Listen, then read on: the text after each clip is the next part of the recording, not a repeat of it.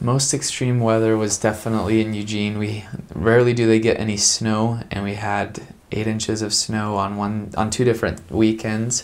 Church was canceled both weeks, and we ended up going to the YSA ward, just walking over. It was the only church that actually went on that week, and record-setting low temperatures, which was only like -8 degrees, but it was pretty cold. So definitely some crazy weather there, and on the coast, definitely a lot of wind and rain. That was bringing down trees and such, but lots of power poles down during that snowstorm, lots of freezing rain, and city really shut down for a couple weeks, which was interesting to do missionary work in. There's deer all over. There was a 5x5 buck that was literally just a few feet away from us as we came up over a hill once, and just in the middle of a neighborhood, just eating someone's grass, and that was pretty interesting. Other than that, foxes, we saw some cool, fox, coyotes and stuff. But yeah, those were some pretty fun experiences with wildlife. So Manul was definitely interesting, just intestines and such of cows. There was many people that worked at cow processing plants and stuff, and so it was free for them to bring home, tongue and intestine and stomach lining and such, and so they'd make soups and tacos out of basically everything. Tacos de cara, just face tacos of all the stuff in the face, and so yeah, some interesting tacos that I didn't think I'd ever tried before. But some of the favorites, this one lady makes some killer chile rellenos, burritos. There's a lot of members that had their own burrito shops, and so we would be able to eat there, whenever we wanted to, typically once or twice a week. And I definitely miss the burritos, so that was probably some of the best food. Tamales as well, can't get old, so yeah, those are delicious. I definitely was grateful that I got some really good pair of shoes for my mission. They still last me today. They're the most expensive shoes I've ever bought. They're like $150 a piece, but they're well worth it in the weather and just walking around all the time. For a suit,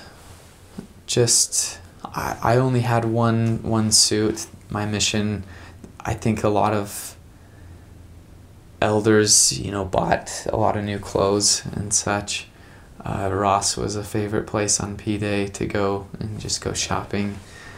But especially since you're there in the United States with Walmart around the corner, there wasn't anything that I wish I would have brought, or because I could really just pick up any necessities just, around the corner that I really needed. And so I felt like it was pretty easy to have access to anything that I may have needed.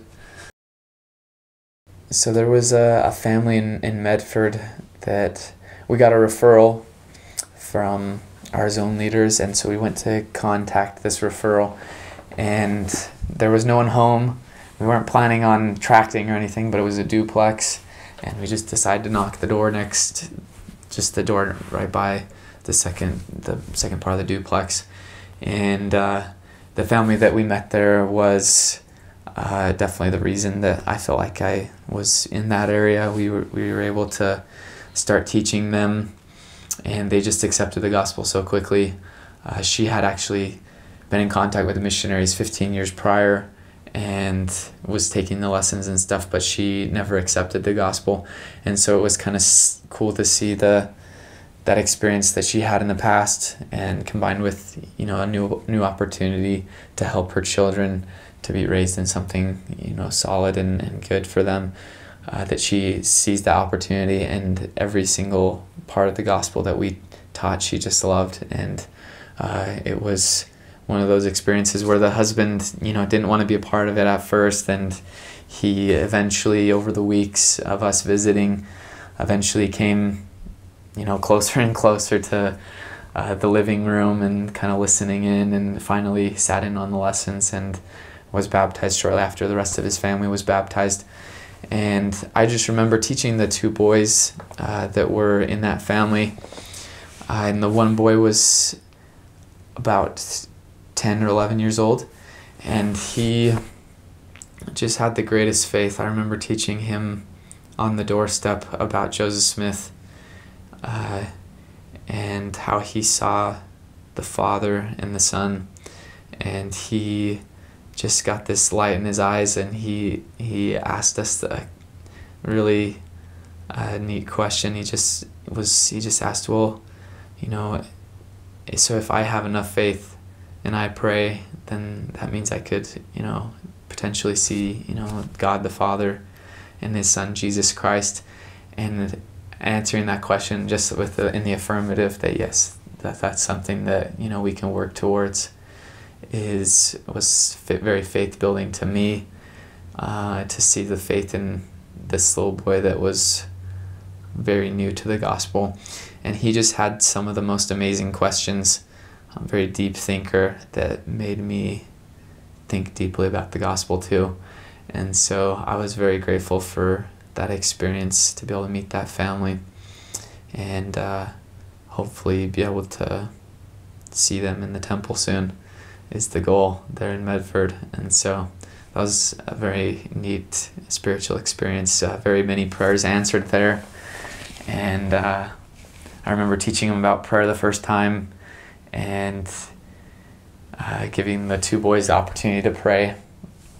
And the one boy said that the next day when we came back to visit, he was so excited to sit down and tell us about his prayer that had been answered, that he had lost his cat and he's gone for hours, and he kept looking for it for hours, and then he remembered our lesson about praying, and he just knelt down and said a prayer and said he found it right after that. And so it was just neat faith-building experiences for him too, to see that prayer really does work, and that our Heavenly Father cares about the insignificant things that, you know, go on in our lives.